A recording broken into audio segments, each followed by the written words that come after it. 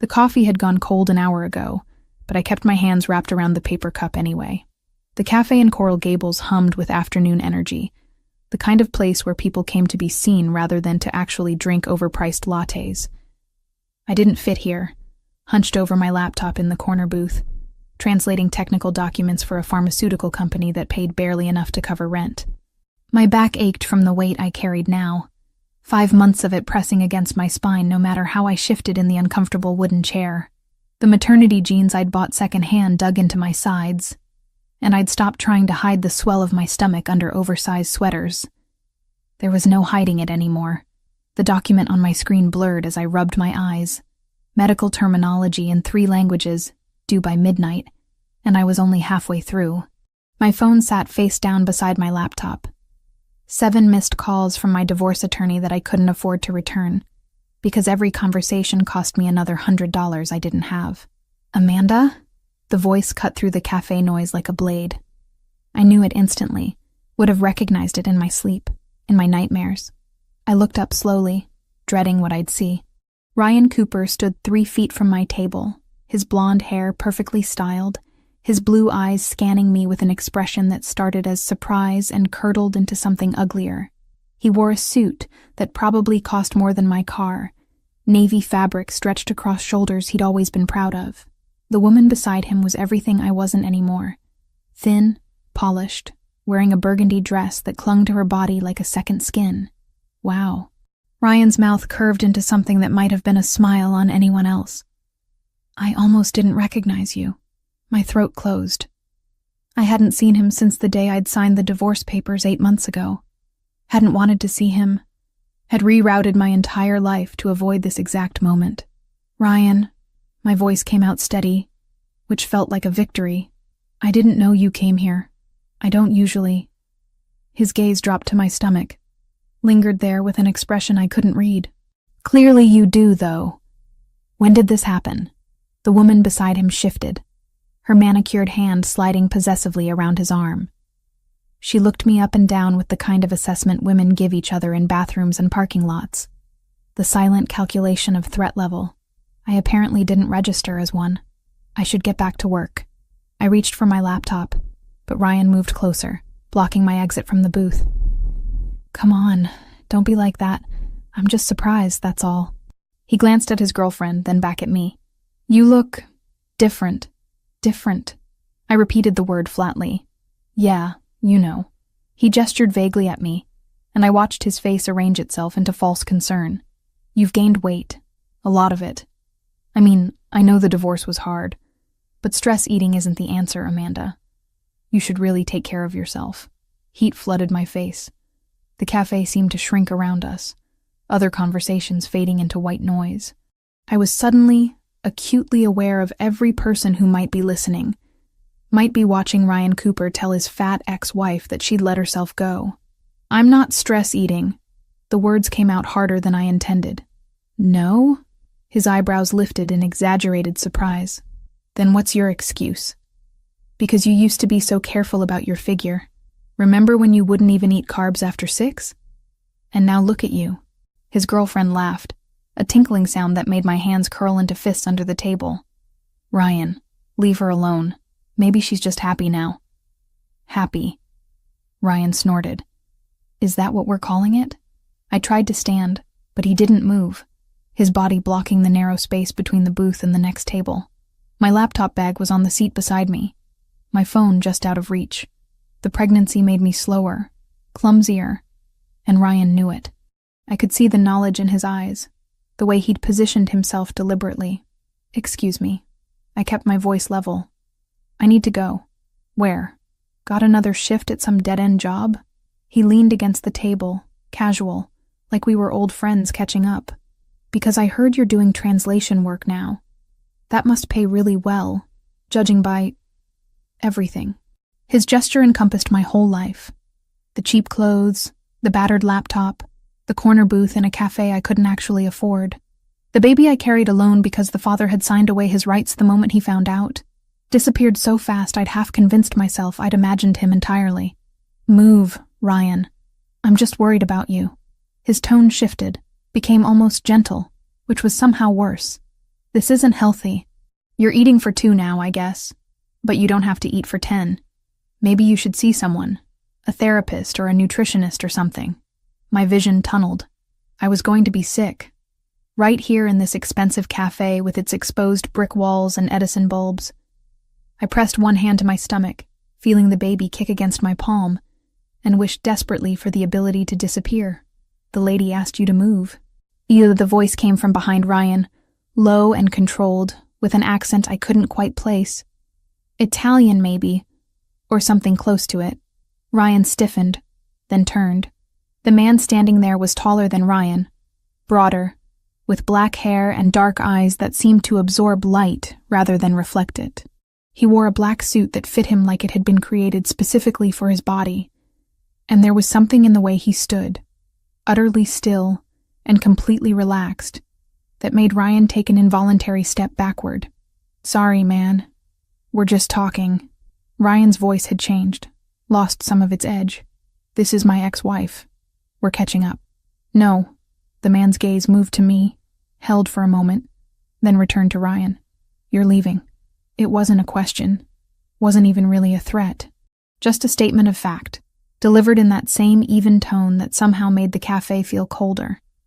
Ryan's jaw tightened. Look, I don't know who you think you are, but this is a private conversation. The man didn't respond, didn't move. But something changed in the air around us, and suddenly there were 2 other men standing nearby, both wearing dark suits, both watching Ryan with expressions that suggested they'd be very happy if he gave them a reason to do something other than stand there. Ryan's girlfriend tugged on his arm. Ryan, let's just go. Yeah. Ryan forced a laugh that didn't sound convincing even to him. Yeah, we should grab our table anyway. Good seeing you, Amanda. You should really watch what you're eating, though. For the baby's sake. He walked away quickly, his girlfriend's heels clicking against the tile floor as they disappeared toward the back of the cafe. The stranger watched them go, then turned to me. You okay?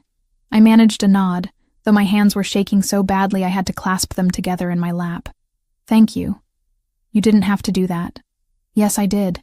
He gestured to the empty seat across from me. May I? Every instinct screamed at me to say no, to gather my things and leave, to not accept help from a man who had 2 bodyguards and moved through the world like he owned it. But my legs felt weak, and I wasn't sure I could stand without embarrassing myself further. Okay. He sat, movements economical and precise. Up close, I could see the faint lines at the corners of his eyes, the shadow of stubble along his jaw, the way his dark eyes assessed me without making me feel judged.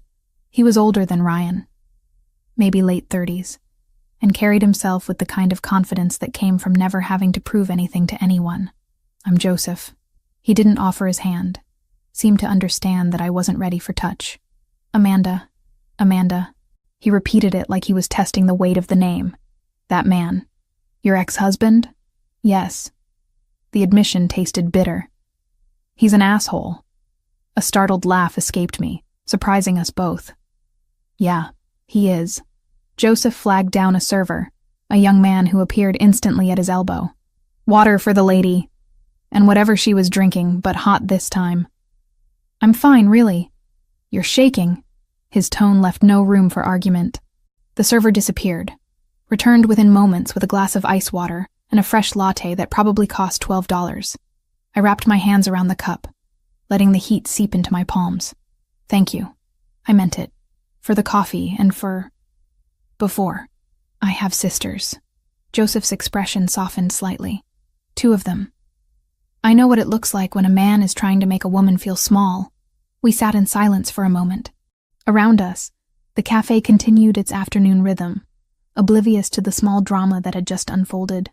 Ryan and his girlfriend were seated at a table near the window, his back deliberately turned to us. Is he the father? Joseph asked quietly. No. The answer came quickly, reflexively. No. The father signed away his rights when he found out. He wanted nothing to do with this. I gestured at my stomach. The swell of life that Ryan had turned into something shameful, something worth mocking in a crowded cafe. Then he's a fool. The simple certainty in Joseph's voice made my throat tight. I took a sip of the latte, let the heat and sugar ground me back in my body. I should let you get back to your meeting. I nodded toward the table where his men still stood, watching. Thank you again. Where do you live? The question should have felt invasive. Instead, it felt practical. Like he was already planning something and just needed the details. Kendall, it's not far. Let me drive you home. That's not necessary. Maybe not. Joseph stood, pulling a card from his jacket pocket and placing it on the table between us. But I'm offering anyway. My car is outside. I looked at the card. Heavy cream stock, embossed with a name and phone number.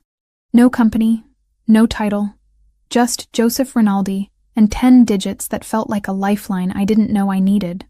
I drove here. My car is in the lot. Then one of my men will drive it to your apartment. He said it like it was already decided, like my protests were anticipated and dismissed before I could voice them. You shouldn't drive when you're this upset. He was right, though I hated admitting it. My hand still shook, and the thought of navigating Miami traffic while trying not to cry felt impossible. Okay. The word came out small. Thank you. Joseph's car was a black SUV parked directly in front of the cafe, hazard lights blinking like rules didn't apply to it. One of his men opened the back door for me, and I climbed in, sinking into leather seats that probably cost more than my entire car. Joseph slid in beside me, giving my address to the driver in that same controlled voice. The car pulled into traffic smoothly, and I watched Coral Gables slide past the tinted windows, everything looking softer through the darkened glass. Your ex-husband. Joseph's voice pulled my attention back. Does he bother you often? No. I haven't seen him since the divorce. I didn't even know he came to that cafe. But he knows where you live. The question sent ice down my spine. No. We sold the house. He doesn't know my new address. Good.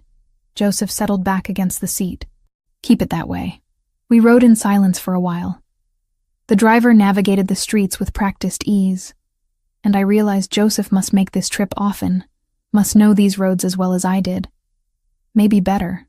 What do you do? I asked finally. For work, I mean. Import and export. I manage shipping contracts through the port. It sounded legitimate, normal even, but something in the way he said it, the careful neutrality of his tone, made me think there was more to it than that. And you? He turned the question back to me. Translation work? Freelance. Medical documents mostly. Technical manuals. Whatever pays. That sounds difficult. It is. I couldn't remember the last time someone had acknowledged that, had seen the work for what it was instead of treating it like something I did to pass the time. But I can do it from home, and the hours are flexible, which I'll need when the baby comes. When are you due? 4 months. June. Joseph nodded, processing this information with the same calm focus he seemed to apply to everything. The car pulled up outside my apartment building, a modest complex that had seen better decades. The driver parked smoothly, and Joseph's other man appeared with my laptop bag and purse, items I hadn't even remembered leaving at the cafe. Thank you. I took my things, clutching them like armor. Really, for everything. Joseph pulled out another card, identical to the first. If you need anything, if your ex shows up again, if you just need someone to call, use this number. I will. I probably wouldn't, but the gesture settled something in my chest. I mean it, Amanda. His dark eyes held mine. Any time, for any reason. I nodded, then climbed out of the car before I could do something stupid like cry. I made it to my apartment door before I heard the SUV pull away, before I let myself collapse against the cheap wood and finally let the tears come. The card stayed in my pocket, heavy as a promise I didn't know if I'd ever have the courage to keep. 3 weeks passed before I touched the card again. It had lived in my wallet, pressed between expired grocery store coupons and my driver's license, a secret I carried everywhere but never acknowledged. I'd convinced myself I wouldn't need it, that Ryan's appearance at the cafe had been an unfortunate coincidence. Nothing more. Then the envelope arrived. It was waiting for me when I got home from the grocery store, propped against my apartment door like a threat. Thick cream paper, expensive weight, the kind that lawyers used when they wanted you to know they meant business. My name printed across the front in serif font that probably cost extra. I set down my bags of generic pasta and wilting vegetables, hands already trembling as I tore open the seal. The letter inside was 3 pages long, dense with legal terminology I'd have to translate if it were in another language, but somehow struggled to comprehend in English. Ryan was contesting the divorce, claiming I'd hidden a pregnancy during the proceedings, that the child was his, that I'd committed fraud by not disclosing my condition. He wanted custody rights. He wanted child support. He wanted a DNA test administered immediately at a facility of his choosing. The words blurred together as I read through it once, twice, 3 times. Each pass made it worse, revealed new horrors buried in the legal jargon.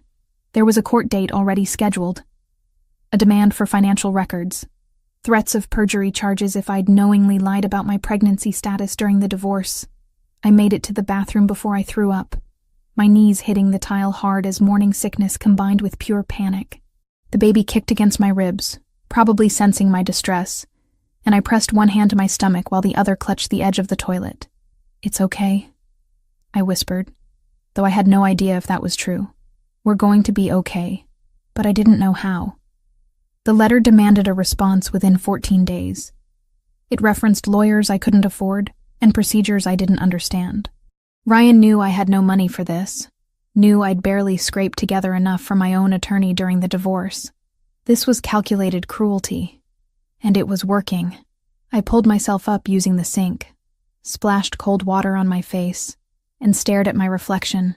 Dark circles under my eyes, hair that needed washing, a face that looked older than 28, the kind of woman who lost battles like this. The card was still in my wallet. I pulled it out, turned it over in my hands, and wondered what kind of help a man like Joseph Rinaldi could actually provide. He'd said any time, for any reason. But surely he hadn't meant this. Hadn't meant getting involved in messy divorce drama and custody fights over a baby that wasn't even born yet. I made it until midnight before I called. The phone rang twice before his voice came through, clear and alert despite the late hour.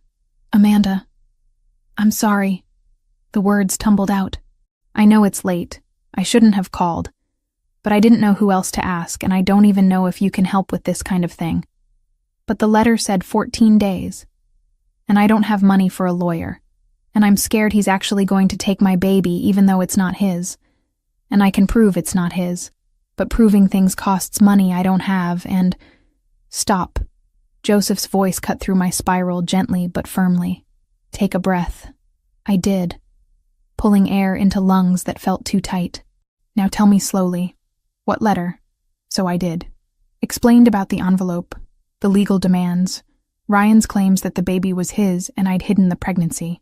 My words came out steadier this time, though my hand still shook as I held the phone. Silence stretched after I finished, long enough that I thought maybe the call had dropped. Maybe he'd hung up and blocked my number, and I'd just destroyed the only connection I had to someone who might help. "Where are you right now?" Joseph asked finally. "Home. My apartment. Send me your address. I'm coming over." "No, that's not necessary. I just wanted to ask if you knew a lawyer who might—" "Amanda." He said my name like a full sentence. "Send me the address." 20 minutes later, there was a knock at my door. I'd used the time to throw on clothes that weren't pajamas and attempt to make my hair look less like a disaster, though the effort felt futile. Through the peephole, I saw Joseph standing in the hallway, still wearing what looked like the same style of dark suit, as if he either owned a dozen identical ones or had simply never gone home. I opened the door. He took in my apartment in one sweep, the second-hand furniture and peeling linoleum, the stack of translation work covering my kitchen table, the baby items I'd started collecting in careful piles near the closet. "Show me the letter." I handed it over, watching his face as he read. His expression gave nothing away, but his jaw tightened slightly when he reached the second page, and something dangerous flickered in his dark eyes at the third. "This is harassment." He set the letter down on my coffee table with careful precision. "Everything in here is designed to scare you into settling or giving up. It's working. That's why we're going to stop it." Joseph pulled out his phone, typed something quickly, then looked back at me. "I have lawyers. Good ones. They'll handle this. I can't afford—" "I'm not asking you to pay." He held up a hand before I could protest further. "Consider it a favor. That's too much. I can't accept that. Can you afford to fight this on your own? The question hung in the air between us. We both knew the answer. No, I admitted finally. But I can't just take charity from someone I barely know. Then don't think of it as charity. Joseph settled into my worn armchair like it was a throne, completely at ease despite the surroundings. Think of it as an exchange. I help you with this legal situation, and you help me with something else. What could I possibly help you with? Translation work. Legitimate contracts for my shipping business. I have documents that come through in 6 different languages, and I pay external services that charge triple what they should, and take twice as long. He gestured at the papers scattered across my table. You clearly know what you're doing. Work for me. I'll pay you properly, and in return, my lawyers make your ex-husband's nuisance lawsuit disappear. It felt too easy, too convenient, but desperation made people accept things they normally wouldn't, and I was desperate enough to drown. What kind of shipping business requires 6 languages? The international kind. Joseph's expression didn't change. Import and export through the port of Miami. We handle cargo from Europe, Asia, South America. The documentation alone is a nightmare. And it's all legal? The contracts you'd be translating? Yes, completely legitimate business. He pulled out another card. This one with a business address printed below his name. Come by the office tomorrow. Meet my attorney, review the contracts, decide if you're comfortable with the work. Why are you doing this? Joseph was quiet for a moment, his gaze moving to the baby items stacked near my closet. Then back to me. I told you I have sisters. 2 of them. My older sister, Sophia. She was 22 when she got pregnant. The father disappeared the moment she told him. She was terrified, had no money, no degree yet. Our mother had died the year before. And it was just us. He paused, and something raw crossed his face before he controlled it. I was 19, barely holding things together myself. But I watched her try to do everything alone. Watched her cry at night when she thought I couldn't hear. Watched her get smaller and scared and broken. I swore then that if I ever had the power to help someone in that situation, I would. The honesty in his voice made my throat tight. Is she okay? Your sister? She's a lawyer now. Runs half my business operations. Her son is 16, plays basketball, wants to be an engineer. A genuine smile touched Joseph's mouth briefly. She's more than okay. But she shouldn't have had to struggle like that. And neither should you. I looked at the letter on my coffee table, at the threat it represented, then back at Joseph, at this strange man who'd appeared in my life 3 weeks ago, and was now offering me a way out of drowning. Okay, I said. I'll come to your office tomorrow. Good. Joseph stood, pulled a business card from his jacket, and wrote something on the back before handing it to me. That's my personal cell, not the office line. If anything happens before tomorrow, if your ex shows up or contacts you, call me immediately. Thank you. The words felt insufficient for what he was offering. Really, I don't know how to repay this. Work hard, do good translations. That's payment enough. He moved toward the door, then paused. And Amanda? Stop thanking me. You're not asking for a handout. You're accepting help you deserve and agreeing to earn it. There's no shame in that. After he left, I sat on my couch holding both business cards, the official one and the one with his personal number scrawled on the back in neat handwriting. The letter from Ryan's lawyer still sat on my coffee table, but somehow it felt less threatening now, less like a death sentence and more like just another problem that had a solution. The baby kicked, a flutter of movement that was becoming more insistent as the weeks passed. I placed my hand over the spot, felt the small life I was carrying push back against my palm. We're going to be okay, I whispered again. This time, I almost believed it. The next morning, I dressed carefully in the one professional outfit I still owned from my old life, when I'd worked in an office and had business clothes and a 401k. The navy pants were tight around my waist now, and I had to leave the button undone beneath my flowing blouse. But at least I looked presentable. Joseph's office was in downtown Miami, a glass tower that reflected the morning sun and made me feel impossibly small as I approached. The lobby was all marble and modern art, the kind of space where my secondhand shoes seemed to echo too loudly. The elevator took me to the 15th floor. When the doors opened, a woman in her early 40s stood waiting, dark hair pulled back severely, wearing a charcoal suit that was both elegant and intimidating. "Amanda Wells?" She extended her hand. "I'm Sophia Rinaldi, Joseph's sister and the attorney who'll be handling your case." So this was the sister he'd mentioned, the one who'd struggled alone and come through stronger. I shook her hand, noticing the similarities between her and Joseph. The same dark eyes, the same controlled intensity. "Thank you for seeing me. Thank you for agreeing to work with us." Sophia gestured down the hallway. "Joseph's in a meeting, but he wanted me to review everything with you first. Shall we?" Her office was smaller than I'd expected, but perfectly organized. Windows overlooking Biscayne Bay. Case files stacked with military precision. She gestured me into a chair across from her desk and pulled out a yellow legal pad. "Walk me through everything, from the beginning." So I did. The marriage to Ryan, the emotional abuse that had taken me years to recognize as abuse, the divorce, the brief relationship afterward with a man whose name I'd barely remembered by the time the pregnancy test came back positive, his immediate disappearance when I told him, the papers he'd signed relinquishing all parental rights, witnessed and notarized and filed away in a drawer I tried not to think about. Sophia took notes, asked pointed questions, never once made me feel judged or small. When I finished, she set down her pen and looked at me directly. "Your ex-husband has no case. None. The pregnancy occurred after your divorce was finalized. You have documented proof that another man is the biological father and has waived rights, and Ryan has no legal standing whatsoever." She tapped the legal pad. "This is intimidation, pure and simple. He's counting on you being too scared or too broke to fight back. So what do? We respond with overwhelming force." Sophia's expression was coolly professional. "I'll draft a response that not only refutes every claim, but threatens counter-litigation for harassment. I'll include documentation of the biological father's waiver, medical records establishing conception dates, and a formal demand that he cease all contact with you. Will that be enough? It'll be a start. If he persists, we escalate. But most bullies back down when they realize their target has real resources." She pulled out a contract. "Now, for the work arrangement. Joseph mentioned you do translation." We spent the next hour reviewing contracts, discussing languages and rates that made my head spin. The pay Joseph was offering was more than triple what I made from my freelance work. And the contracts themselves seemed straightforward enough, shipping manifests and cargo declarations and customs documentation. "These are all legitimate?" I had to ask. Sophia's expression didn't change. "The documents you'll be translating are legal business contracts.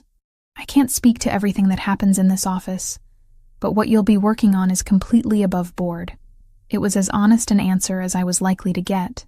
I signed the contract, watched Sophia file it away with the same precision she applied to everything else. "Joseph believes in helping people who deserve it," she said as I stood to leave. "Don't make him regret this investment."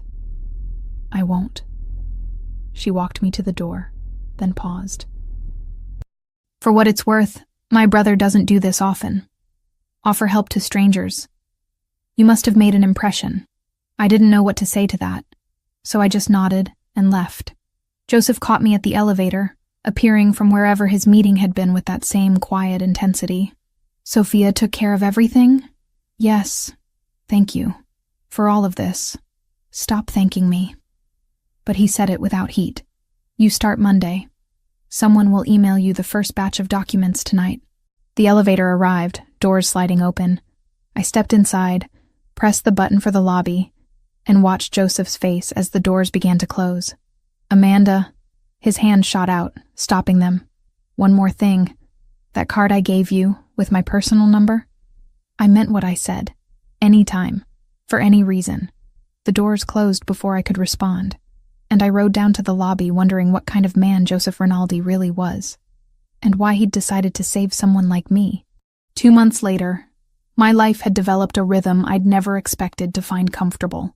3 times a week, I took the bus to downtown Miami, climbed to the 15th floor of Joseph's building, and spent hours translating shipping contracts from Portuguese, Spanish, and French into English.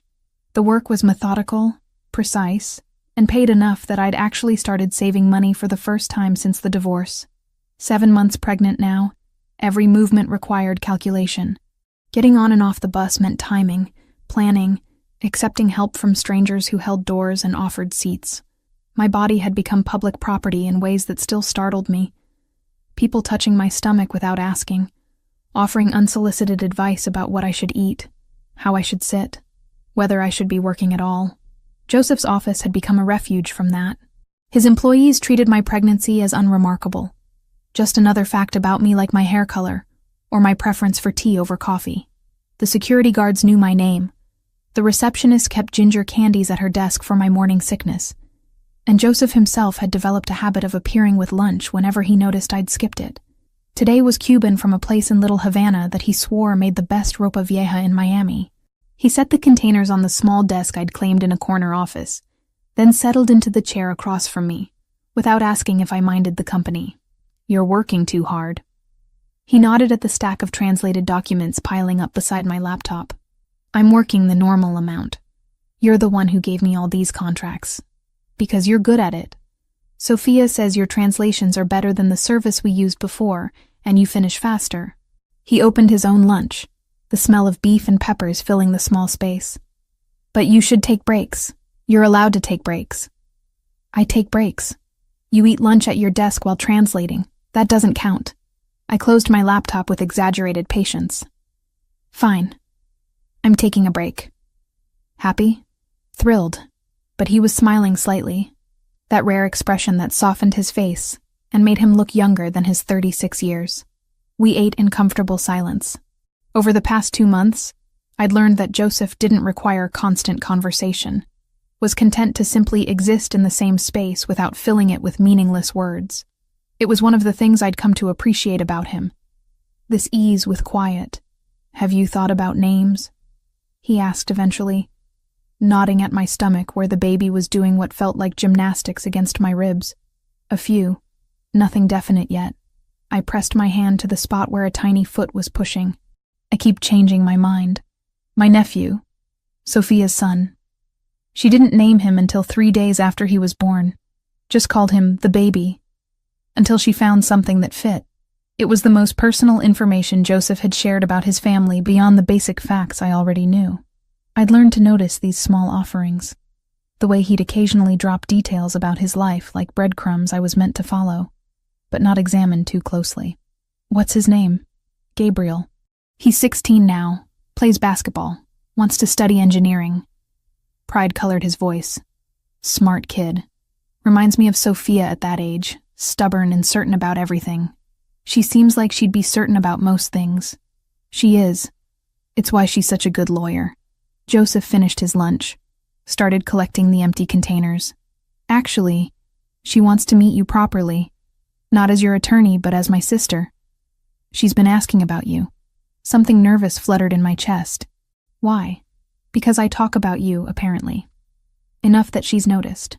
He said it matter-of-factly, like this was normal information and not something that made my pulse quicken. "She's coming by the office this afternoon. If you're still here, maybe the 3 of us could have coffee. I should be finishing the Brazilian shipping contracts." "Amanda."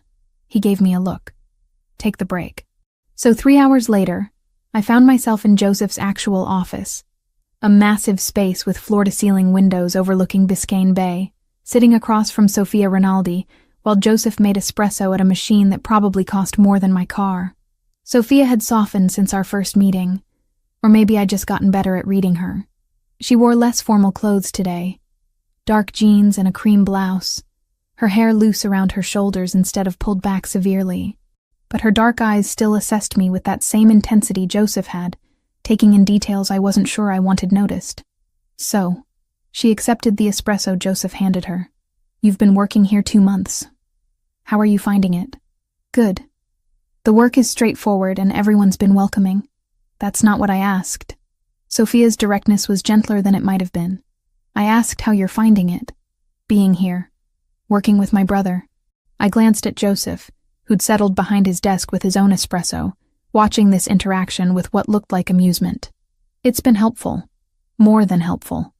I don't know where I'd be without the work or the legal help with Ryan. Speaking of which, your ex backed off completely after we sent our response." No further contact, no legal filings, nothing. Sophia pulled out her phone, scrolled through something. His lawyer advised him to drop it, told him he had no case and pursuing it would only cost him money and potentially result in a harassment suit. Relief washed through me, though I'd been trying not to think about Ryan, not to give him space in my head. Good, that's good. It is. Sophia set down her phone. But I'm not here to discuss your legal case. I'm here because Joseph has been talking about you for 2 months, and I wanted to understand why. Sophia. Joseph's voice held a warning. What? I'm being direct. She should know that you've been talking about her, that you care about how she's doing, whether she's eating properly, if she's stressed about the baby, that you've been more focused on one person than I've seen you focus on anything in years. Heat flooded my face. Joseph's expression had gone carefully neutral, but something tense had entered his posture. I employ Amanda. I want to make sure she's taken care of. That's normal. You don't bring lunch to any of your other employees 3 times a week. Sophia's tone was mild, but her gaze moved between us with calculation. You don't ask about their lives, or check if they're tired, or offer to drive them home when it rains. He drives you home? I asked, turning to Joseph. Twice, when there were storms. He said it defensively.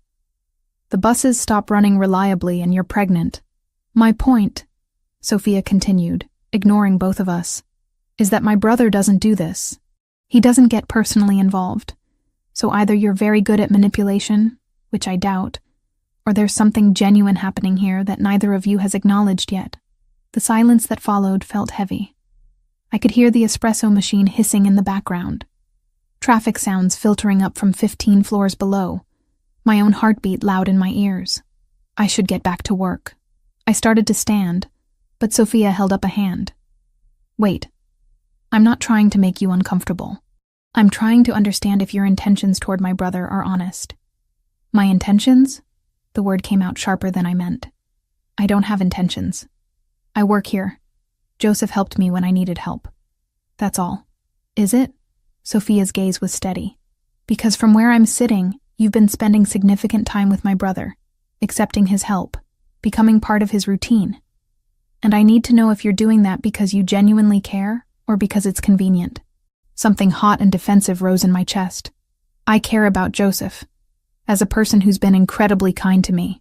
But I'm not using him, if that's what you're implying. I'm working hard, translating everything you give me, trying to earn what he's providing. That's not an answer to my question. Sophia, that's enough. Joseph's voice cut through the tension. Amanda doesn't owe you explanations about her feelings or intentions. She's doing exactly what we agreed she would do, and anything beyond that is between her and me. Sophia studied her brother for a long moment, then nodded slowly. Fair. But you should know, Joseph, that the family has noticed. They're asking questions about the pregnant woman who works in your office, who you bring lunch to, who's suddenly very important to you. Let them ask. They'll want to meet her eventually. Then they'll meet her when the time is right. Joseph's tone left no room for argument. Sophia stood, smoothing her jeans. I'll leave you two alone. Amanda, it was good talking to you. Really. I apologize if I came on too strong. Protective sibling instinct. After she left, the office felt too quiet. I stared at my espresso, watching the crema dissolve, trying to process what had just happened. I'm sorry about that. Joseph broke the silence. Sophia means well, but she can be intense. She's protective of you. I understand that. Still, she shouldn't have put you on the spot like that. He came around the desk, leaned against it so we were closer to eye level. What she said about me talking about you, about bringing you lunch, it's all true. I do care about how you're doing. More than I probably should for someone who's just an employee. My heart was beating too fast. Joseph, I'm not asking for anything. He continued quietly. I'm just being honest. You've been through enough without me adding complications. But I want you to know that Sophia was right. You're not just an employee to me anymore. I should have said something safe. Something that maintained the careful distance we'd been keeping. Instead, I heard myself ask, then what am I? I don't know yet. His dark eyes held mine. But I'd like to find out. If you're interested. The baby chose that moment to kick hard enough that I gasped, pressing my hand to my stomach. Joseph's gaze dropped to where my hand rested, and something shifted in his expression. "Can I?" He gestured at my stomach. No one had asked permission before. They just touched. Assumed they had the right. The fact that Joseph asked made me nod before I'd fully thought through what I was agreeing to. His hand was warm through the fabric of my shirt, gentle as he placed it where the baby was moving. We stayed like that for a moment, his palm over my stomach, both of us feeling the small life I carried push back against the pressure. "That's incredible," he said softly. "It's weird." "That's what it is." But I was smiling. Feels like there's an alien in there sometimes. A very active alien. He pulled his hand back, but didn't step away. "Have you thought about what happens after? After the baby comes?" I try not to think too far ahead. It's overwhelming. You'll need help. Someone to watch the baby while you work, or time off to recover, or just someone to be there when things get hard. I'll figure it out. The words came automatically. The same response I'd given everyone who'd asked. You don't have to figure it out alone. Joseph's voice was steady, certain. That's what I'm trying to say. Whatever you need, whatever the baby needs, I want to help. Why? The question that had been building for 2 months finally escaped. Why do you care this much about someone you barely know? I told you about Sophia, about watching her struggle. That's part of it. He was quiet for a moment. But it's also you. The way you keep showing up, keep working hard, keep moving forward even when things are difficult. The way you didn't let your ex make you small, even when he tried. You're stronger than you think you are, Amanda. And I find that compelling. No one had ever called me compelling before. The word settled into my chest, warm and unexpected. I should get back to those Brazilian contracts, I said finally, because I didn't know what else to say, how to respond to this man who'd somehow become central to my life without either of us planning it. Take them home. Work tomorrow instead. Joseph moved back behind his desk, giving me space again. You've been here since 8 this morning. That's enough for today. I gathered my things, hyper-aware of his presence as I packed up my laptop. At the door, I paused, turned back. Joseph. What Sophia asked about my intentions. I do care about you. More than I probably should, too. His expression softened. Good. That makes this less complicated. Or more complicated. Maybe.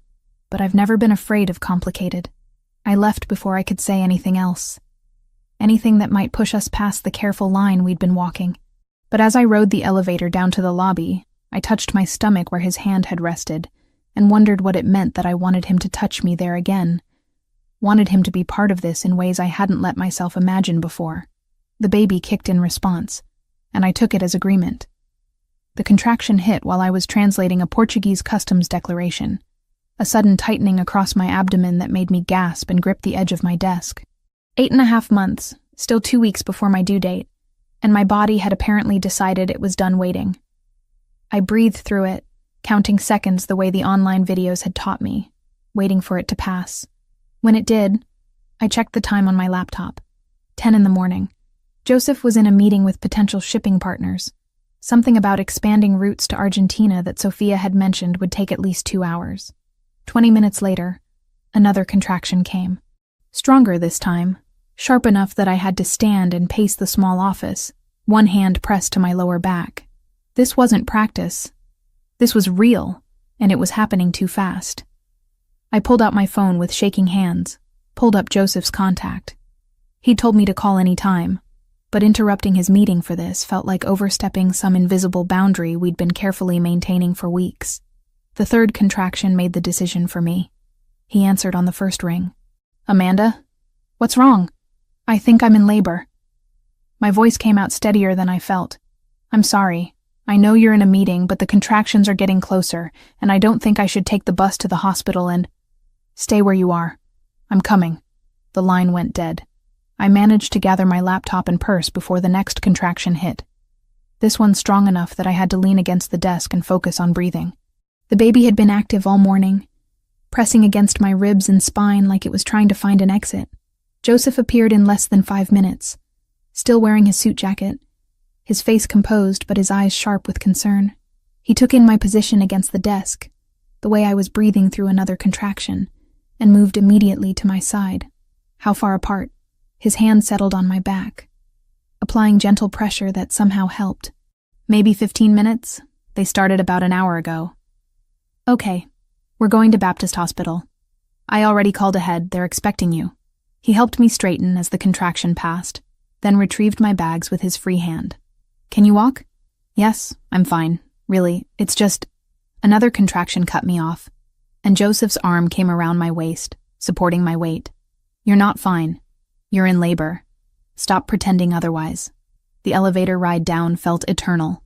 Joseph kept one hand on my back, murmuring something in Italian that I didn't understand but found comforting anyway.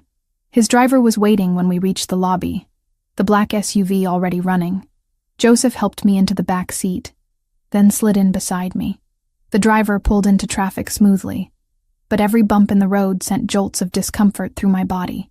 Another contraction came, stronger than the ones before, and I heard myself make a sound I didn't recognize. Breathe. Joseph's hand found mine, let me squeeze as hard as I needed. We're almost there. 5 more minutes. This is too early. I'm not ready. I don't have everything I need at home yet, and I haven't finished the nursery corner, and... Amanda. His voice cut through my spiral.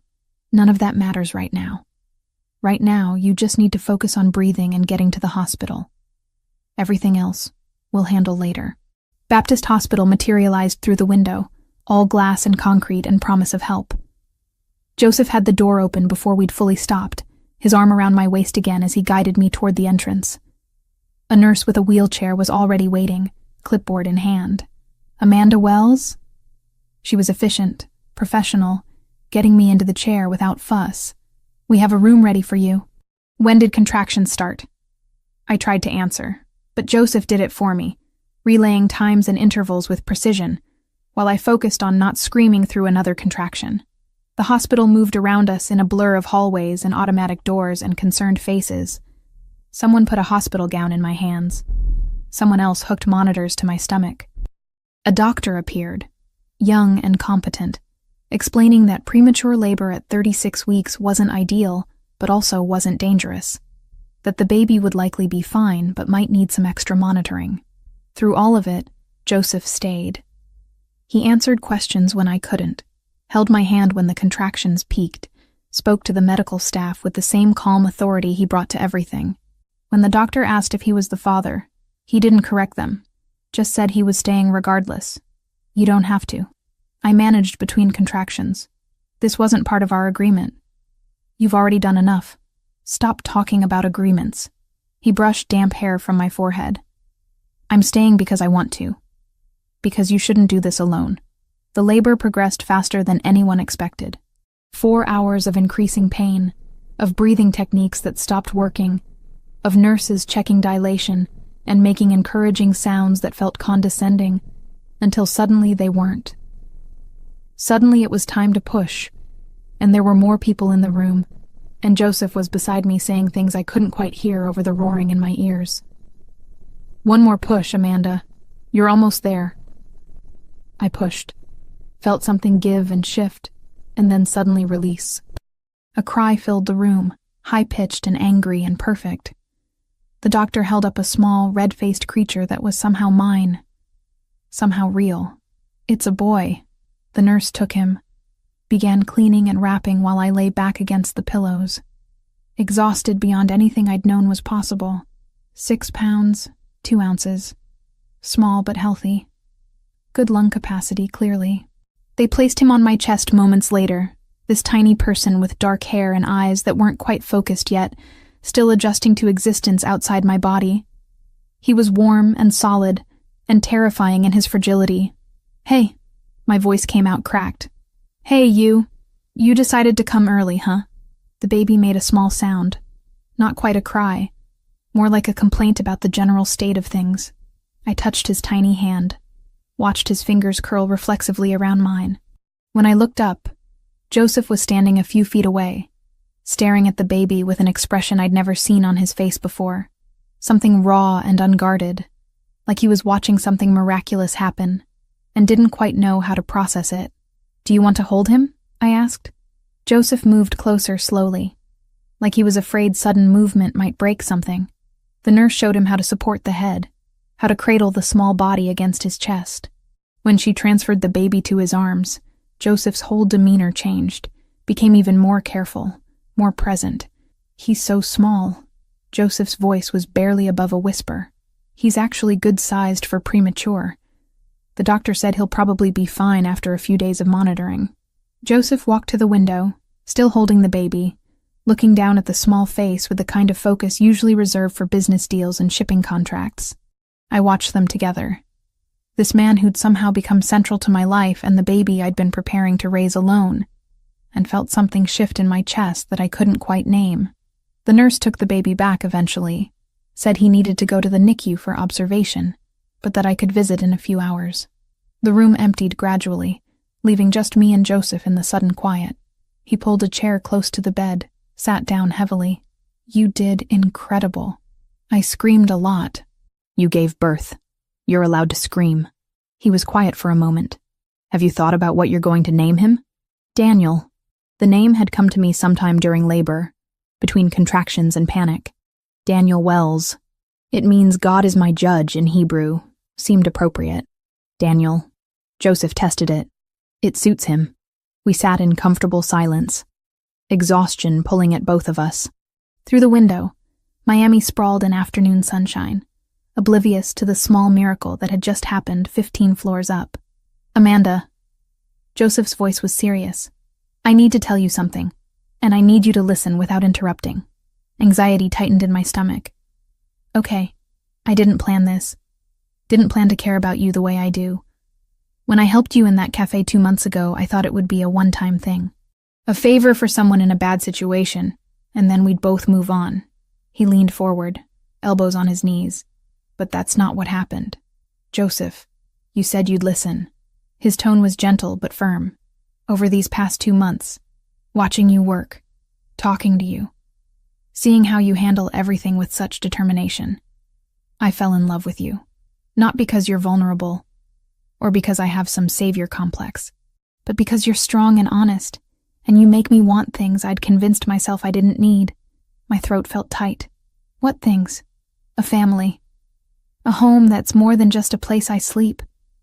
Someone to share things with beyond business and obligations."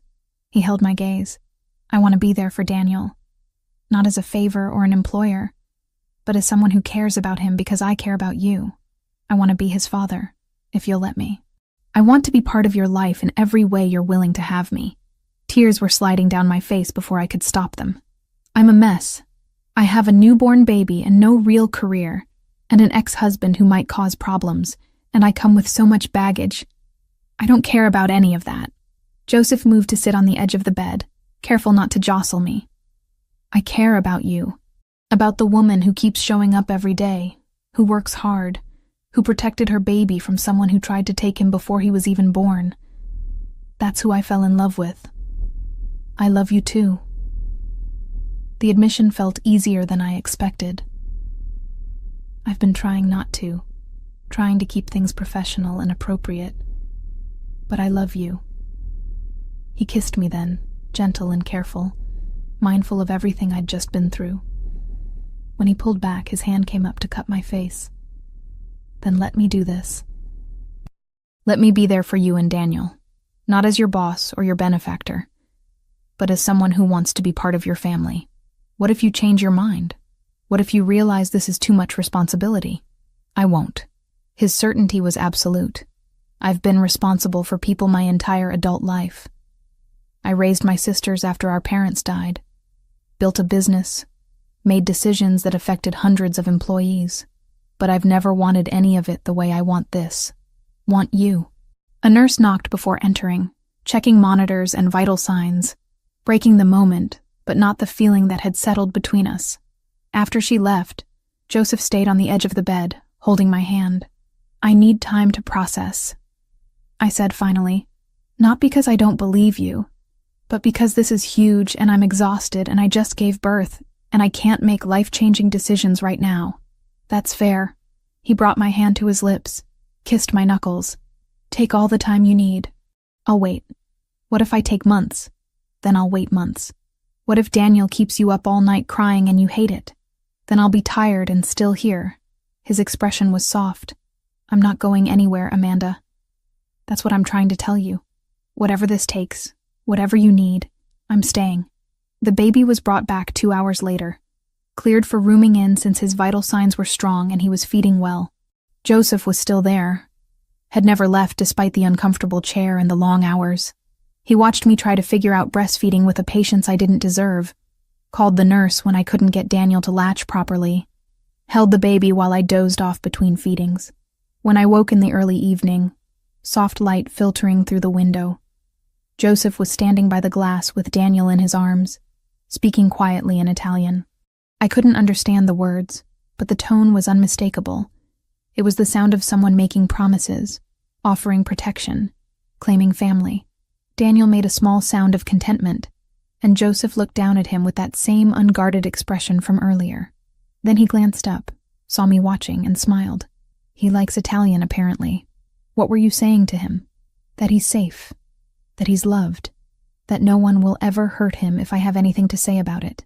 Joseph carried Daniel back to the bed, transferred him carefully to my arms. Basic promises, the kind fathers make. You're already acting like his father. That's because I already think of him as my son. Joseph's hand rested on Daniel's head, so large against the tiny skull. If you'll let me. I looked at this man who'd appeared in my life at my lowest point, who'd offered help without conditions, who'd fallen in love with me somewhere between translation contracts and Cuban lunches. Then I looked at my son, at the life we'd created from circumstance and necessity, and something that had grown into much more. Okay, I said. Yes, be his father. Be part of this family we're building. Joseph's smile transformed his face, made him look younger and more vulnerable than I'd ever seen. He leaned down, kissed my forehead, then Daniel's. Thank you, he whispered, for trusting me with this, with both of you. Outside, Miami continued its evening rush. People heading home to families and lives that didn't include us. But in this hospital room, with Joseph's hand covering mine where we both held Daniel, I felt like we'd just started something that mattered more than anything else in the world. 3 months after Daniel was born, I woke to the sound of singing. Italian words I didn't understand, melody soft and rhythmic, coming from the nursery corner of my new apartment in Coconut Grove. The place Joseph had insisted on when my lease in Kendall expired, claiming the neighborhood was safer and closer to his house in Key Biscayne. I padded barefoot across hardwood floors, stopping in the doorway to watch Joseph change Daniel's diaper at 3 a.m, singing what sounded like a lullaby while our son kicked his legs and made gurgling sounds of protest. You're supposed to be sleeping, Joseph said without turning around, somehow knowing I was there. So are you. You have meetings in 4 hours. Daniel doesn't care about my meetings. He finished securing the fresh diaper, scooped Daniel up against his chest. Do you, little man? No, you just care about being fed and changed and held. Very reasonable priorities. I watched them together in the dim glow of the nightlight. This man in expensive pajama pants and a wrinkled t-shirt cradling my son, like he'd been doing it his entire life instead of just 3 months. Joseph had been true to his word, showing up every day, learning to navigate feedings and diaper changes, and the mysterious art of getting an infant to sleep. What were you singing? Old Italian lullaby my mother used to sing. Something about stars and sailing ships. He swayed gently, Daniel's eyes already drooping closed again. Sophia taught it to me when Gabriel was born. Said it was the only thing that worked when he wouldn't sleep. Joseph had moved some of his things into my apartment gradually over the weeks. A drawer of clothes that became 2. A toothbrush in the bathroom. Business files spread across my kitchen table. We hadn't discussed what we were doing. Hadn't put labels on the routine we'd developed, but it felt like building something permanent. Come back to bed, I said. He'll be asleep in a minute. Already is. Joseph carried Daniel to the crib, laid him down with practiced care. The baby stirred but didn't wake, his small chest rising and falling steadily. Back in bed, Joseph pulled me against his side, his warmth seeping into my perpetually cold feet. We'd shared a bed for 6 weeks now. Though we'd been careful about physical intimacy, both of us aware that I was still recovering and adjusting to motherhood. But this, The casual touching and sleeping intertwined felt more intimate than anything else. "Sophia wants to have dinner this weekend," Joseph said into the darkness. "Her, Gabriel, and my other sisters. They want to meet Daniel properly." Anxiety tightened in my chest. "All of them?" "Maria and Julia have been patient, but they're getting insistent. Maria especially. She has 3 kids, and apparently Daniel needs to meet his cousins." He felt my tension, his hand rubbing circles on my shoulder. "They're going to love you, I promise." "What if they don't? What if they think I'm taking advantage of you? Or that I trapped you with a baby that isn't even yours?" "Stop." Joseph shifted to face me, his features barely visible in the ambient light from the street. "First, Daniel is mine in every way that matters. Second, my family knows me well enough to know I don't get trapped into anything. If they think anything, it's that I'm lucky you gave me a chance. That's not how this works. You're the one who saved me. We saved each other." His thumb traced my cheekbone. "You gave me a reason to want something beyond business, to build a real life instead of just existing between deals and obligations." I kissed him then, slow and deep, feeling him respond immediately. His hand slid under my shirt, warm against my skin, and I pressed closer until he pulled back slightly. "Are you sure? The doctor said 6 weeks, and it's been 6. It's been long enough." I cut him off. "And I'm sure." What followed was careful and tender, Joseph treating me like something precious that might break, both of us learning each other's bodies in the quiet hours before dawn. When it was over, we stayed tangled together, breathing synchronized, and I felt the last walls I'd been maintaining around my heart crumble completely. "I love you," I whispered against his chest. "I love you too." His arms tightened around me. "Both of you. This family we're building." Daniel woke an hour later, hungry and insistent. Joseph brought him to me in bed, settled beside us while I fed the baby, his hand resting on Daniel's back. In moments like this, I could almost forget the complications of how we'd gotten here. Could pretend we were just a normal family waking up to face another day. The illusion shattered a week later. I was walking Daniel in his stroller through the parking lot of our apartment building, enjoying the slice of sunshine and cooler air that had finally broken Miami's relentless humidity. Joseph was at the office dealing with some shipping emergency, and I decided fresh air would help Daniel sleep better for his afternoon nap. The black sedan appeared too quickly, pulling in front of me and blocking my path. 2 men stepped out, both wearing dark suits that immediately marked them as dangerous. My hands tightened on the stroller handle, every maternal instinct screaming at me to run. "Amanda Wells." The taller one spoke with a thick Russian accent. "We just want to talk. I have nothing to say to you." I tried to move around them, but they shifted to block me. "Mr. Rinaldi has something that belongs to our employer." We thought perhaps his woman and child might encourage him to return it. Terror flooded through me, cold and sharp. These weren't random criminals. They knew who I was, who Joseph was, and they'd been watching long enough to know about Daniel. "I don't know what you're talking about." "Of course you don't." The second man smiled without warmth. "Come with us quietly, and the baby won't be frightened." I opened my mouth to scream, but before any sound came out, 3 SUVs materialized from different directions. Men poured out, all wearing the same dark suits, all moving with coordinated precision. The Russians reached for weapons but didn't get them clear before they were surrounded.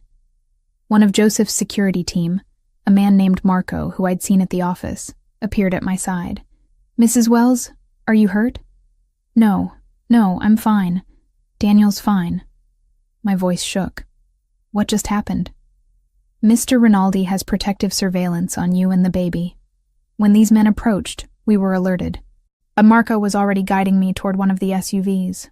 We need to move you to a secure location now." Daniel started crying, disturbed by the tension and raised voices.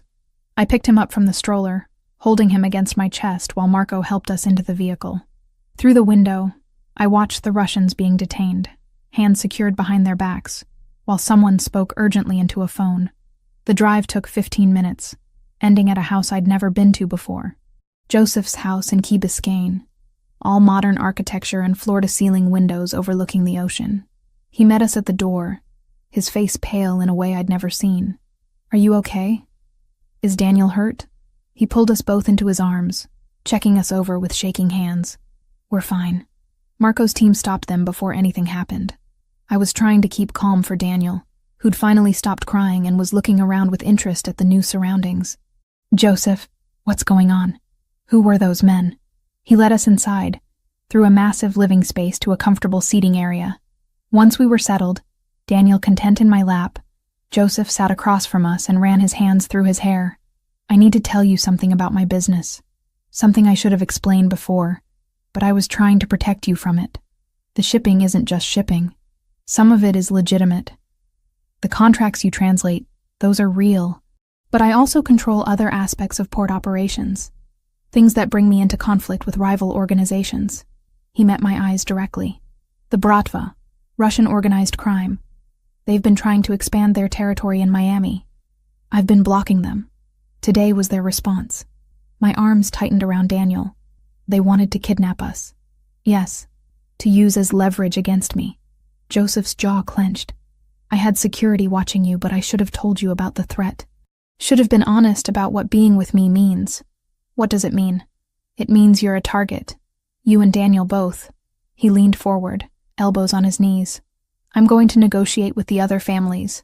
Establish protocols that keep civilians out of conflicts. But until that's done, you'll have security everywhere you go. Marco's team will be assigned specifically to you and Daniel. The reality of his world crashed over me. This wasn't just about shipping contracts and import licenses. Joseph was part of something dangerous, something that could get us killed. I can keep you safe. His voice was urgent. I have the resources, the connections, but I'll understand if you want to walk away. If you take Daniel and leave Miami entirely, I'll make sure you have everything you need. Money, protection from a distance, a new life somewhere safe. You're asking me to choose between you and Daniel's safety. I'm giving you the choice I should have given you before. Joseph's expression was anguished. Before you fell in love with me. Before we built this family. I should have been honest about the risks. Daniel grabbed my finger, squeezed with his tiny hand. He was 3 months old, had no idea that his life had just become complicated in ways I'd never anticipated. I looked at Joseph, at this man who'd become everything to me, who'd made promises he clearly intended to keep, even if it cost him what he wanted most. Tell me about the negotiations. What would it take to make us safe? Restoring old protocols. Families used to have rules, kept conflicts between organizations and away from civilians. That broke down years ago, but the leadership remembers how it worked. If I can convince them to reinstate those rules, to make attacking families off limits, we'd have protection beyond just my resources. How long would that take? Weeks, maybe a month. I'd need to meet with the 5 major families, negotiate terms, get everyone to agree. He watched me carefully. It won't eliminate all danger. Being with me will always carry some risk. But it would be manageable risk, the kind you can live with. I thought about my apartment in Coconut Grove, about the life I'd been building with translation work and carefully saved money, about doing it alone, raising Daniel without Joseph, always looking over my shoulder for threats I didn't know how to identify. Then I thought about 3 in the morning, Joseph singing Italian lullabies, about the way he looked at Daniel like he was the most important thing in the world, about falling asleep wrapped in his arms and waking up to a family I'd never expected to have. I'm not leaving. The words came out stronger than I felt, but I need you to be honest with me from now on, about threats, about your business, about everything. I can't protect Daniel if I don't know what we're facing. Relief washed over Joseph's face. I'll tell you everything. No more secrets. And I want to learn. Self-defense, situational awareness, whatever I need to know to keep him safe. I'll arrange it. Marco can train you, and we'll make sure you're never vulnerable again. Joseph moved to sit beside me, his hand covering mine where it rested on Daniel's back.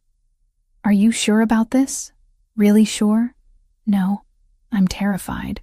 I leaned against his shoulder. But I love you. And Daniel deserves to have you as his father. So we figure out how to make this work.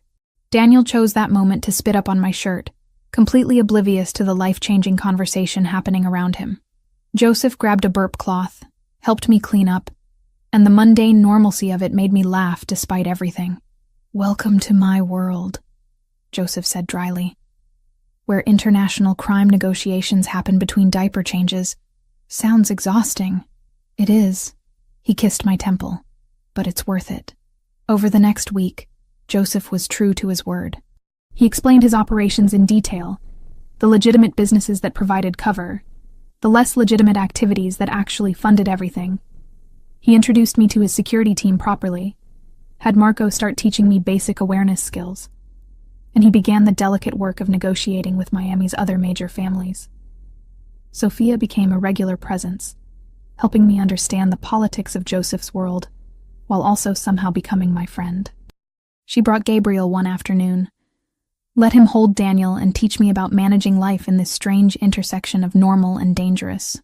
You're handling this better than I expected, Sophia said, while Gabriel cooed at Daniel on the floor. Most people run when they understand what being part of this family means. I considered it, I admitted. But Joseph's worth the risk. He thinks the same about you. Sophia's expression was warm. I've never seen my brother like this. Settled. Content. You're good for him. 2 weeks after the parking lot incident, Joseph came home late from a meeting with tired eyes but a satisfied expression. It's done. All 5 families agreed to restore civilian protection protocols. You and Daniel are off limits to rival organizations. Just like that? Not just like that. It took negotiating territory concessions and establishing new dispute resolution procedures. But yes, we have peace, at least regarding families. I pulled him down to the couch, let him hold both me and Daniel while I processed this. So we're safe now? Safer. There's always some risk in my world, but it's manageable now. Calculated. The kind of thing we can live with. He looked down at Daniel, who was drooling contentedly on his shirt. I want to make this official. Move in here properly. Merge our lives completely. We basically already live together. I want it to be real. Your name on documents. Daniel legally recognized as mine. A future we're building deliberately. Not just letting happen. His dark eyes held mine. What do you think? I thought about the apartment in Coconut Grove that had never quite felt like home. About this house with its ocean views and space for Daniel to grow. About Joseph singing Italian lullabies and changing diapers and negotiating with dangerous men to keep us safe. Okay? I said. Yes. Let's make it official. Daniel gurgled his approval, and Joseph laughed, the sound lighter than I'd heard from him in weeks. Outside, the ocean reflected sunset colors, and inside, we sat together like any family planning their future. The danger and complications just part of the landscape we'd learned to navigate. 6 months after the Russian incident, life had developed a rhythm that felt almost normal. Daniel was 9 months old now, crawling everywhere and pulling himself up on furniture with determined concentration. The house in Key Biscayne had become home in ways my old apartment never was, filled with baby toys and translation work spread across the dining table, and Joseph's presence in every room. I was working on a French shipping manifest when Joseph appeared in the doorway, leaning against the frame with his suit jacket off and his sleeves rolled up. He'd been in meetings all afternoon with potential partners from Barcelona, but the tension around his eyes suggested it hadn't gone well. Bad day? I saved my work and turned to face him. Complicated day. He crossed to where I sat, pressed a kiss to the top of my head. Where's Daniel? Napping, finally. He fought it for an hour. I caught his hand. Want to talk about the complicated part? Joseph settled into the chair beside me, fingers still laced with mine. The Barcelona deal fell through. My contact got nervous about working with me after the Russian situation. Said his investors don't want to be associated with someone who has that kind of heat. I'm sorry. It happens. The legitimate business side gets harder when the other aspects become public knowledge. He rubbed his free hand over his face. But it's frustrating when I'm trying to transition more operations into legal territory, and people won't give me the chance. Over the past months, I'd learned more about Joseph's work than I'd ever expected. The shipping business was real, but it shared space with smuggling operations and protection rackets, and the complex politics of Miami's underworld. Joseph had been trying to shift toward legitimacy, using the peace agreement with the other families as foundation for building something sustainable. There will be other deals, I offered. I know. It's just... He trailed off, then seemed to decide something. I've been thinking about the future, about what I want to build, not just for business, but for us. For Daniel. My heart picked up speed. Okay, I love you, Amanda. I love our son. I love this life we've created together. Joseph pulled something from his pocket, a small velvet box that made my breath catch. I want to make it permanent. Legal. I want you to marry me. He opened the box to reveal a ring. Simple platinum band with a single diamond that caught the afternoon light streaming through the windows. Not ostentatious, not trying to prove anything. Just beautiful. Joseph, before you answer, I need you to understand what you're agreeing to. Marriage to me means accepting everything about my world, the danger and the complications, and the fact that I'll probably never be completely legitimate no matter how hard I try. His thumb rubbed circles on my hand. It means Sophia and Maria and Julia becoming your sisters officially, with all the interference that brings. It means raising Daniel in a world where security is always necessary, and normal families look at us differently. Are you trying to talk me out of saying yes? I'm making sure you know what you're choosing. His dark eyes were serious. Because once we do this, once we're married, you're part of the family in ways you can't undo. The other families will see you as my wife, which brings both protection and scrutiny.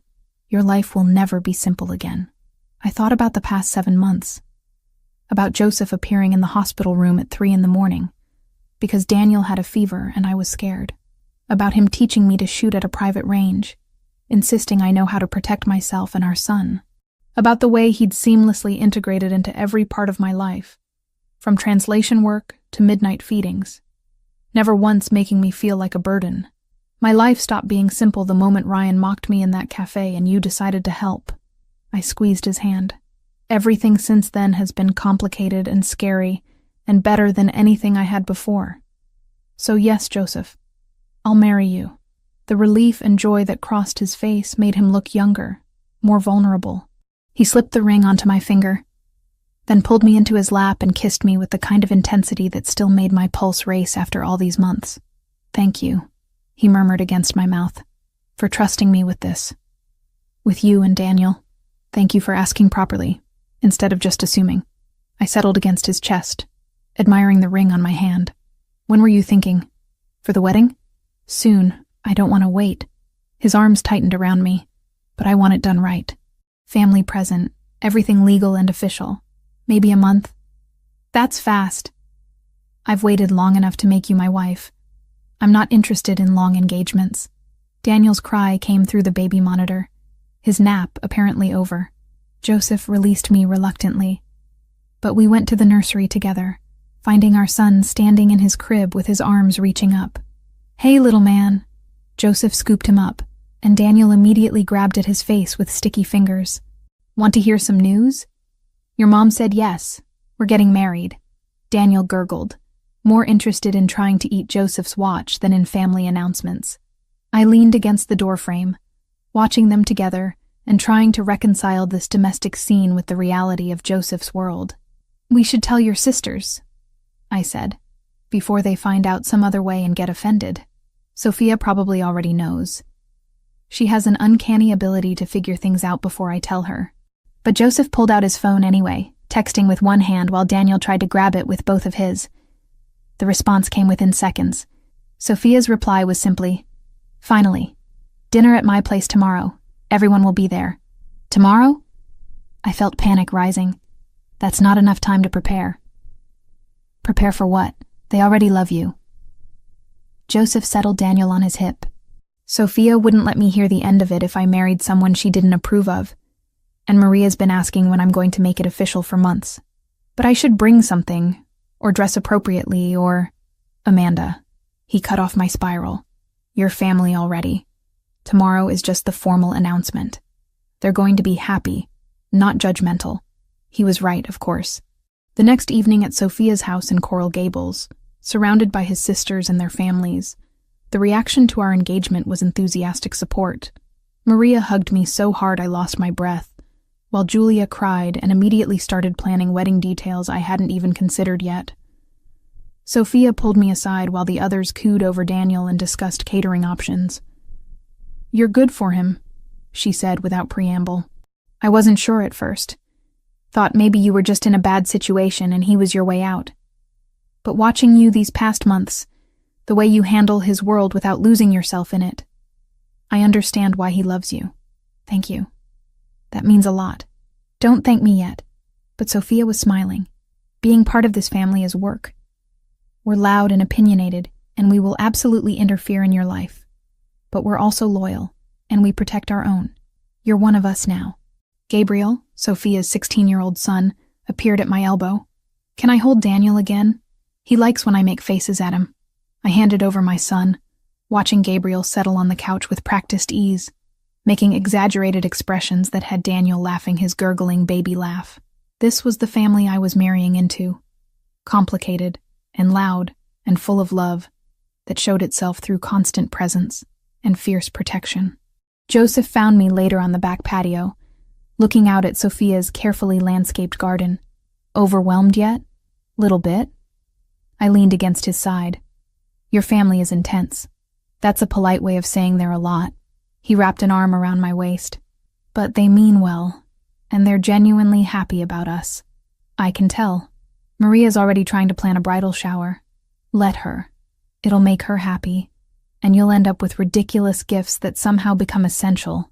Joseph's tone was fond. That's how this family works. We involve ourselves in everything.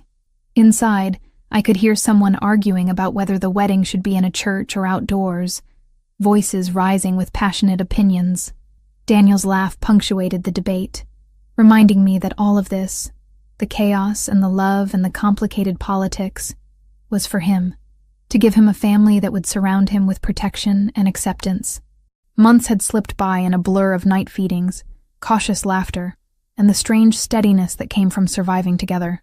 Daniel was getting close to his first birthday now, sturdier, louder, more curious every day.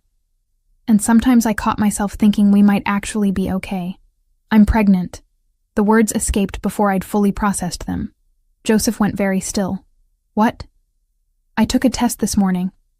I was going to wait to tell you, make it special somehow, but I turned to face him. We're having another baby. I'm about 6 weeks along. The joy that transformed his face was immediate and complete. He pulled me close, one hand coming to rest on my still flat stomach. Another baby. When? July, probably. I'll need to see the doctor to be sure. Daniel will have a sibling close in age. Joseph's voice was thick with emotion. That's good. They'll grow up together. Are you happy? I know we didn't plan this, and the wedding is already complicated enough without adding pregnancy. I'm thrilled. He kissed me, slow and deep. Scared. Because now I have even more to protect. But thrilled. We stood like that for a moment, his hand on my stomach, both of us absorbing this new reality. Through the windows I could see his family gathered in Sophia's living room. Gabriel still holding Daniel, Maria and Julia gesturing animatedly about something. This would be our child's family too.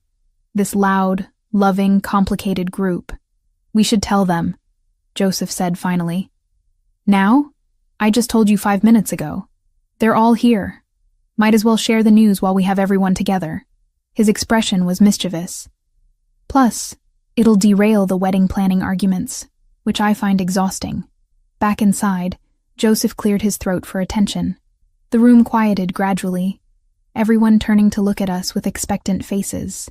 We have more news. He kept his arm around my waist. Amanda's pregnant. You're all getting another niece or nephew in July. The room erupted.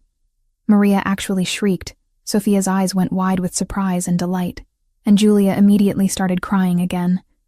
Gabriel looked confused about why everyone was so excited, but joined in the congratulations anyway. 2 babies under 3 years old. Sophia shook her head but was smiling. You're going to be exhausted. We're already exhausted, I pointed out. What's a little more? That's the spirit. Maria hugged me again. This calls for celebration. Non-alcoholic for you, obviously. But the rest of us can toast. The evening dissolved into planning and celebration, Joseph's family already incorporating this new member into their expectations and excitement.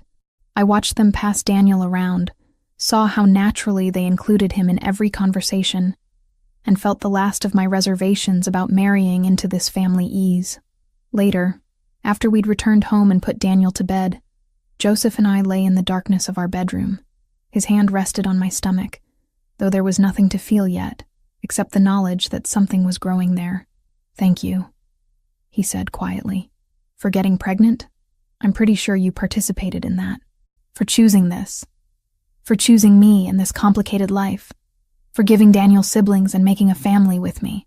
His thumb traced circles on my skin. "I never thought I'd have this.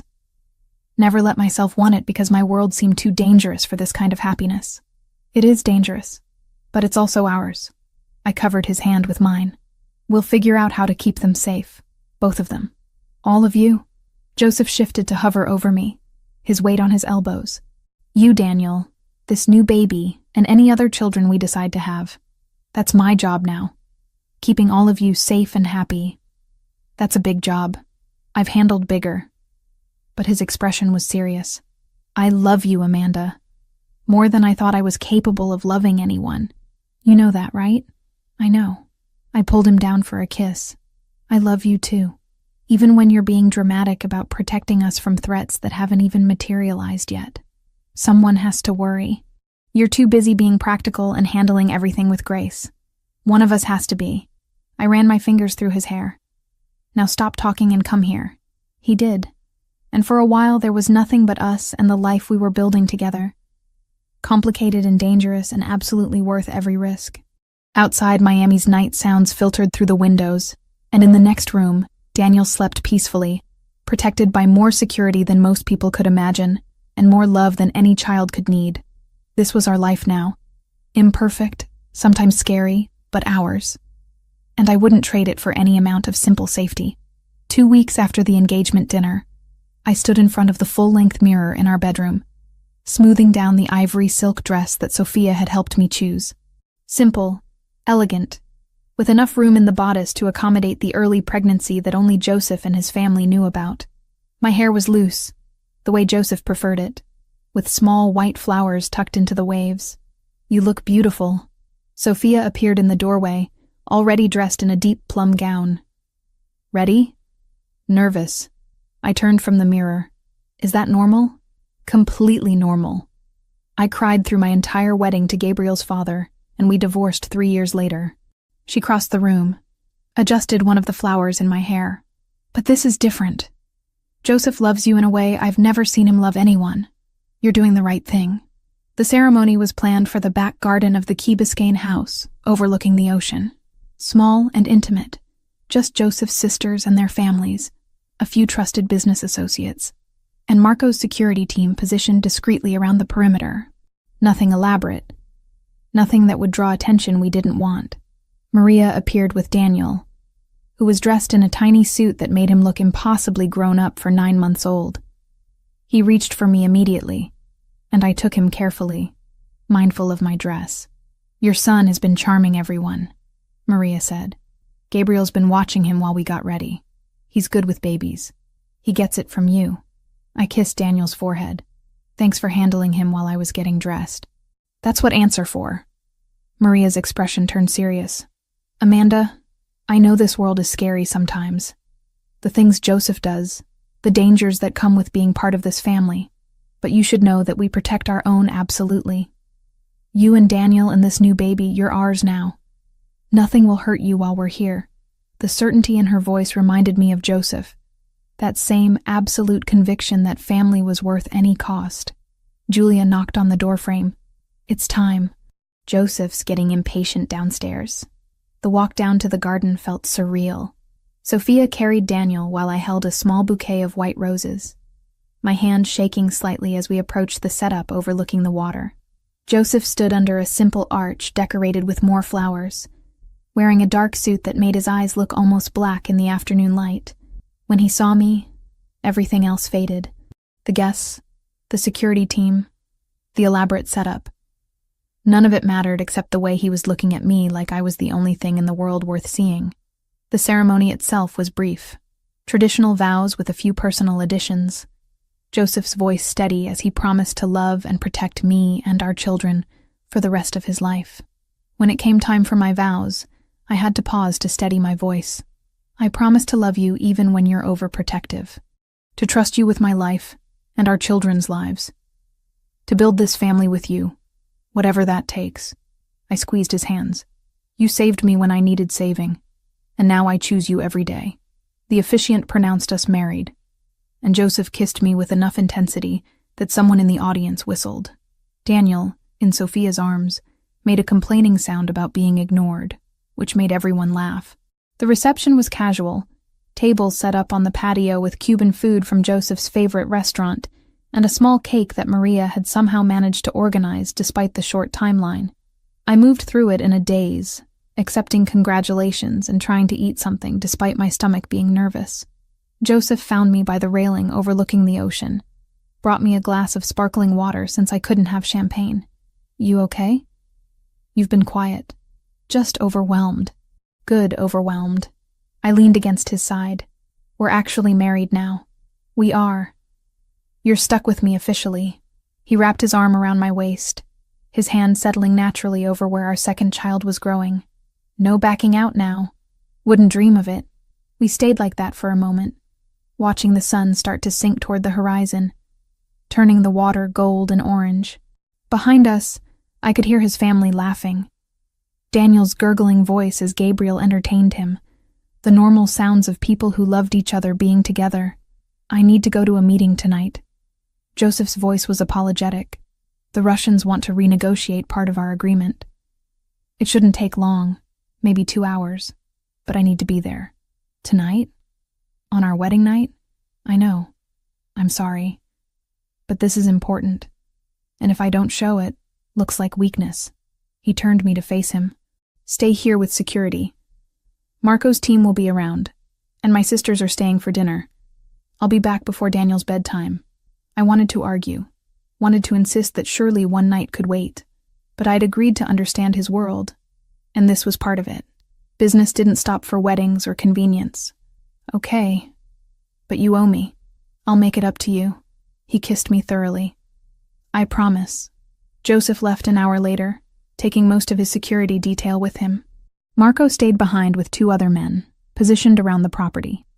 Sophia and Maria were in the kitchen helping to clean up, their kids scattered through the house in various stages of sugar crash from wedding cake. I was changing Daniel's diaper in the nursery when I heard it. Glass breaking downstairs, then shouting. My heart stopped. Every maternal instinct screaming danger.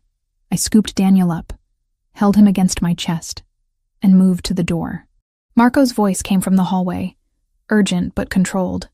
Mrs. Rinaldi, stay in the nursery. Lock the door. What's happening? Intruder. We're handling it. His footsteps were already moving away, down the stairs toward the commotion. I locked the door with shaking hands, backed away with Daniel, who was starting to fuss, sensing my fear. Through the floor, I could hear more shouting, furniture scraping, then a voice that made my blood run cold. Where is she?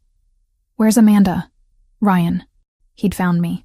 Somehow, despite everything, he'd found where we lived, and decided tonight was the night to force a confrontation. I pulled out my phone, texted Joseph with trembling fingers. Ryan's here. Broke in. Security dealing with it. Then I set Daniel in his crib, away from the door, and looked around for anything I could use as a weapon. The shooting lessons Joseph had insisted on ran through my head. Stay calm. Assess threats. Protect what matters most. I grabbed a heavy bookend from the shelf, positioned myself between the door and Daniel's crib. Footsteps in the hallway. Someone tried the doorknob, found it locked. Amanda, I know you're in there. Ryan's voice was slurred, probably drunk. We need to talk. Go away, Ryan. You're trespassing. The police are already on their way. Police? He laughed, ugly and sharp. You think I care about the police? I came to see my son. Daniel isn't your son. We've been through this. You stole him from me.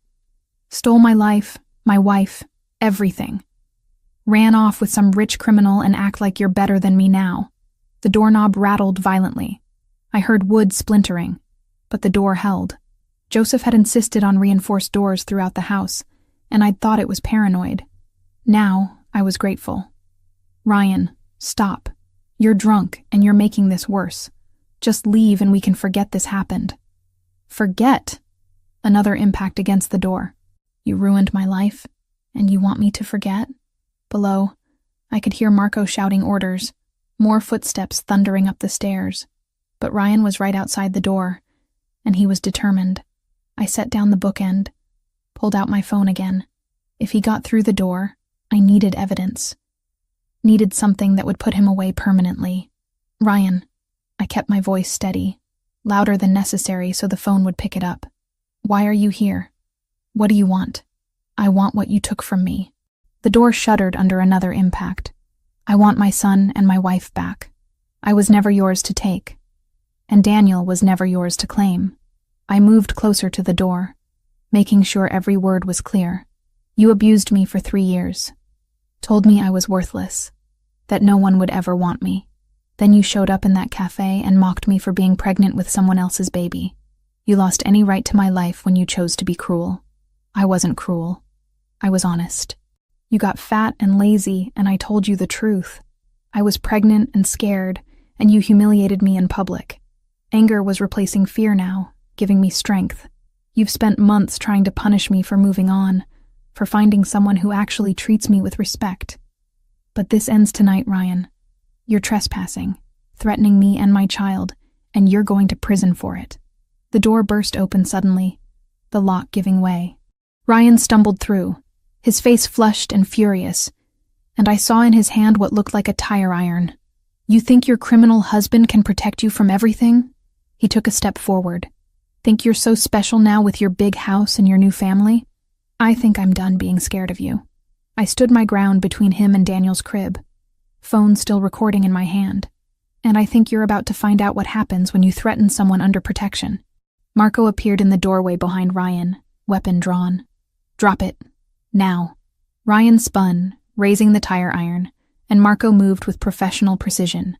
Within seconds, Ryan was face down on the floor, hands secured behind his back, the tire iron kicked away across the room. 2 more security team members appeared, helping to restrain Ryan while he shouted threats and obscenities.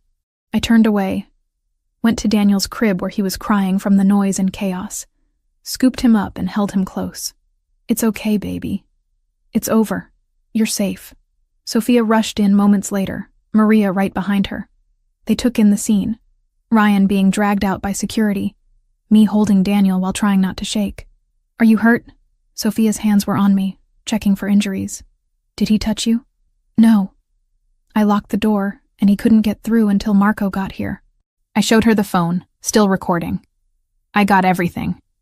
Him threatening me, admitting to the harassment, everything. Good. Sophia took the phone carefully. This is enough to put him away for years, especially with the trespassing and attempted assault charges. Police sirens wailed in the distance, getting closer. Marco had already called them, had Ryan contained outside until they arrived. I sank into the rocking chair, still holding Daniel, trying to process what had just happened. Joseph arrived 20 minutes later, his meeting abandoned the moment he got my text. He took the stairs 3 at a time, burst into the nursery where Sophia and Maria had stayed with me, his face pale and furious. Are you okay? Is Daniel hurt? He pulled us both into his arms, checking us over with shaking hands. We're fine. Marco and his team handled it. Ryan's being arrested downstairs. I should have been here. Joseph's voice was rough. Should never have left you alone tonight. You left me with security and your sisters, and I handled it. I pulled back to look at him. I wasn't the scared woman from that cafe anymore, Joseph. I protected our son, and I got evidence that will keep Ryan away permanently. I did it. Pride and relief warred in his expression. You did. You were incredible. He kissed my forehead, then Daniel's. But I'm never leaving you alone again. Not for meetings, not for anything. That's not sustainable, and you know it. I don't care. He held us tighter. You're too important, both of you. The police took statements, collected the phone recording as evidence, and took Ryan away in handcuffs. He was charged with breaking and entering, trespassing, attempted assault, and violation of the restraining order that Joseph's lawyers had secured months ago. With the recording and witnesses, the prosecutor promised he'd see significant prison time. Later, after everyone had left, and Daniel was finally asleep, Despite the evening's chaos, Joseph and I lay in bed in the darkness. "Some wedding night," I said. Not what I'd planned. His hand found mine under the covers. "But you were right earlier. You're not who you were when this started. You're stronger, capable. You protected our son when I wasn't here. I learned from the best." I shifted closer. Plus, I was really angry. Angry that he thought he could still intimidate me, that he crashed our wedding day, that he threatened Daniel. The anger made me brave. "Remind me never to make you angry." "Too late. You left our wedding for a meeting." "I did. And I'll spend the rest of our lives making that up to you." He rolled to face me, his hand settling on my stomach. "All three of you. Speaking of which, your daughter has been making me nauseous all day. I couldn't eat half the wedding food." "My daughter?" His voice held amusement. "I'm calling it. This one's a girl, and she's going to be just as stubborn as you. God help us all." But he was smiling. "A daughter. That would be perfect." We fell asleep like that, tangled together. The chaos of the evening fading into just another story we'd tell our children someday about the night everything changed. 9 months later, I woke to gentle sunlight streaming through the windows and the sound of Joseph singing Italian lullabies in the nursery. Our daughter, Lucia, had been born 3 days ago, a week past her due date, and determined to make an entrance on her own schedule. I padded down the hallway, found Joseph holding her against his bare chest while Daniel played with blocks at his feet. Our son was nearly 2 now, talking in broken sentences and completely fascinated by his baby sister. "Baby," Daniel announced, pointing up at Lucia. "My baby. That's right. Your sister." Joseph looked up as I entered, his expression soft. "Did we wake you?" "No. I just wanted to see you all." I settled onto the floor beside Daniel, let him climb into my lap. "How long has she been up?" "Hour, maybe. She's hungry, but I wanted to let you sleep." He transferred Lucia carefully into my arms, helped me position her to feed. "You needed rest. This was our life now." Early mornings and late nights, 2 children under 3, the organized chaos of family. Joseph had transitioned more of his business operations to legitimate ventures, though he still maintained connections to his old world. The security remained, the awareness of danger, but it had become background noise to the daily reality of raising our children. "I'm going to take Daniel to the park this afternoon," Joseph said, settling beside us on the floor. "Give you some quiet time with Lucia." "You don't have meetings?" "I moved them. Family comes first." He said it like it was obvious, like the past 9 months hadn't been him gradually restructuring his entire life around being present for us. A knock on the doorframe revealed Sophia, holding coffee and a bag from our favorite bakery. "I brought breakfast, and Gabriel's downstairs if Daniel wants to play." "Sophia, you didn't have to come over." "Yes, I did. You just had a baby. You need food and help and someone to hold Lucia while you shower." She set everything on the dresser, came to look at her newest niece. "She's beautiful. Looks just like Joseph did as a baby. God help her," I muttered, making both Sophia and Joseph laugh. The morning dissolved into family chaos. Gabriel appeared to collect Daniel, Maria, and Julia arrived with more food despite Sophia already bringing some.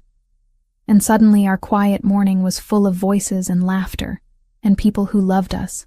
I retreated to the nursery with Lucia after her feeding, needing a moment of quiet. Through the window, I could see the ocean stretching to the horizon, the same view I'd had on our wedding day 9 months ago. My phone buzzed with a news alert.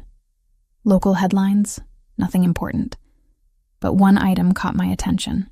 Ryan Cooper had been released from prison after serving 8 months. Good behavior, apparently, and overcrowding had led to early release. I should have felt something. Fear, anger, anxiety about him being free. Instead, I felt nothing. He was just a name now, someone from a past life that no longer had power over me. Joseph appeared in the doorway, reading my expression. "What's wrong?" "Ryan got out of prison. I just saw the alert." I showed him the phone. He took it, read the headline, then set it aside. "Do you want additional security? I can have Marco assign someone to watch for him." "No." The answer surprised us both. "No, I don't think that's necessary. He knows what happens if he comes near us again, and I'm not going to live in fear of someone who doesn't matter anymore." Joseph studied me for a long moment, then nodded. Okay, but if that changes, if you feel unsafe at all, tell me. I will. I looked down at Lucia, sleeping peacefully in my arms, but I don't think it will. I have too much to protect now to waste energy being scared of Ryan. Later that afternoon, I was walking with Lucia in the stroller through the park near our house when I saw him. Ryan, standing by a bus stop, looking thinner and older than I remembered. He saw me at the same moment, his eyes widening with recognition. I could have turned around, could have called for Joseph or security. Instead, I kept walking, pushing the stroller past him without breaking stride. He opened his mouth like he was going to say something, but I looked right through him, acknowledging his presence without giving it weight. Behind me, I heard him take a step forward, then stop. Probably saw the security detail that followed me everywhere. Probably remembered what happened the last time he tried to confront me.